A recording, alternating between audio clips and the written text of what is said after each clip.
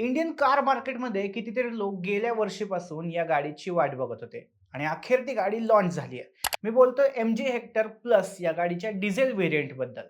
MG मोटर्सने finally आपल्या premium 7 seater SUV कारचं diesel variant launch केलंय आणि ही कार आता सफारीचं मार्केट खाणार अशी चर्चा इंटरनेटवर सुरू झाली आहे. या व्हेरियंटमध्ये काय खास आहे? डिझेल इंजिन सोडून आणखी काही बदल केलेत का? किंमत किती असणार आहे आणि खरंच ही गाडी व्हॅल्यू फॉर मनी आहे का? हे सगळं आपण आजच्या व्हिडिओमध्ये पाहणार आहोत. पण व्हिडिओ सुरुवात करण्यापूर्वी चॅनलला सबस्क्राईब करून घ्या. मी सुदेश आणि तुम्ही पाहताय टेक भारी. MG मोटर्सने आपल्या हेक्टर गाडीचं फेसलिफ्ट व्हर्जन गेल्या वर्षी लॉन्च केलं होतं.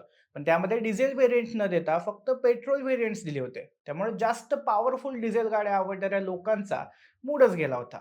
पण आता या गाडीचं डिझेल व्हेरियंट कंपनीने लॉन्च केलंय. सगळ्यात पहिलं तर ही गोष्ट क्लिअर करतो की MGने या डिझेल व्हर्जनमध्ये गाडीचं एकच व्हेरियंट लॉन्च केलंय. म्हणजे तुम्हाला हेक्टर प्लस डिझेल घ्यायचे असेल तर तुम्हाला त्याचं शार्प प्रो ओ व्हेरियंटच घ्यावं लागेल. दुसऱ्या कोणत्याही व्हेरियंटमध्ये तुम्हाला डिझेल इंजिन मिळणार नाही.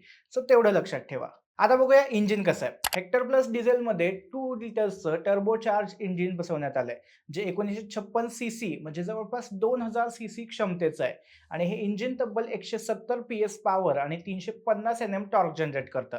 हे इंजिन 3750 RPM ला पीक पॉवर आणि 1750 ते 2500 RPM च्या दरम्यान पीक टॉर्क देतं.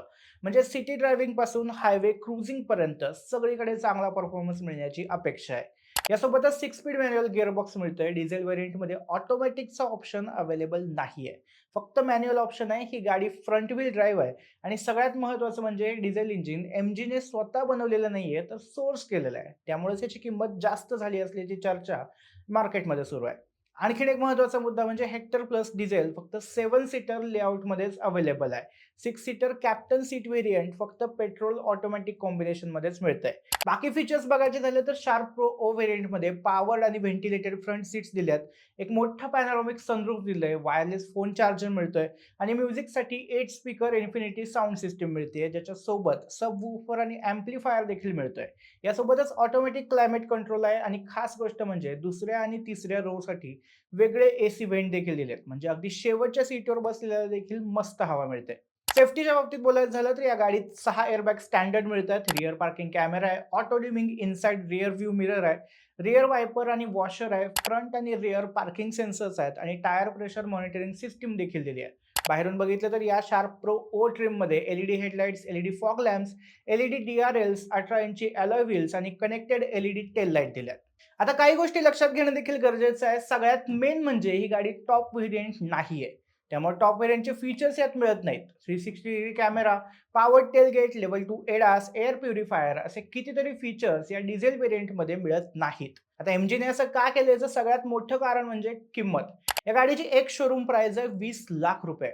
याच शार्प प्रो ओ व्हेरियंटमध्ये पेट्रोल मॉडेल जर पाहिलं तर ते डिझेलपेक्षा जवळपास 1.5-2 लाखांनी स्वस्त आहे. म्हणजे डिझेलसाठी आधीच भरपूर खर्च झाला होता. त्यामुळे कंपनीने टॉप मॉडेलला डिझेल इंजिन दिलं नाही. कारण मग गाडीची किंमत आणखी खूप जास्त झाली असती आणि ऑन रोड किंमत तर अजूनच वाढली असती. आता सगळ्यात इंटरेस्टिंग भाग की ही गाडी खरंच टाटा सफारीला टक्कर देईल का? टाटा सफारीबद्दल बोलायचं झालं तर ही डिझेल ऑप्शनमध्येच अवेलेबल आहे. सफारीमध्ये पण सेमच 2 लिटरचं डिझेल इंजिन आहे आणि पॉवर ट्रेन देखील अगदी सेमच आहे. पण सफारीमध्ये ऑटोमॅटिक ट्रान्समिशनचा ऑप्शन तुम्हाला मिळतो. शिवाय सफारी किंवा दुसरी कोणतीही डिझेल SUV घेण्याचा फायदा असा आहे की तुम्हाला त्यामध्ये टॉप व्हेरियंट पर्यंत जाण्याचा ऑप्शन मिळतोय. म्हणजे तुम्हाला ADAS, 360 डिग्री कॅमेरा असे फीचर्स हवे असतील तर जवळपास सेम बजेटमध्ये किंवा अगदी जास्त पैसे देऊन का होईना हे फीचर्स घेण्याचा ऑप्शन तुमच्याकडे इतर SUV गाड्यांमध्ये राहतोय. MG हेक्टरच्या डिझेलमध्ये तसा ऑप्शनच नाहीये. सफारी सोडली तर XUV 700, Kia Carens, Hyundai Alcazar किंवा मग टाटा हॅरियर असे इतर ऑप्शन्स देखील ग्राहकांकडे असताना एकाच व्हेरियंटमध्ये फक्त मॅन्युअल ट्रान्समिशन मिळणारी आणि बरेचसे ॲडव्हान्स फीचर्स मिसिंग असणारी MG हेक्टर डिझेल ही ग्राहक घेतील का? हे आता आपल्याला पाहावं लागणार आहे. ज्यांना हीच गाडी आवडते आणि डिझेलची वाट पाहत होते त्यांच्यासाठी मात्र ही नक्कीच चांगली बातमी आहे. बाकी तुम्हाला ही गाडी कशी वाटली आणि तुम्ही कोणत्या गाडीच्या डिझेल व्हर्जनची वाट पाहताय हे आम्हाला कमेंटमध्ये नक्की सांगा आणि टेक भाडीला सबस्क्राईब करायला विसरू नका.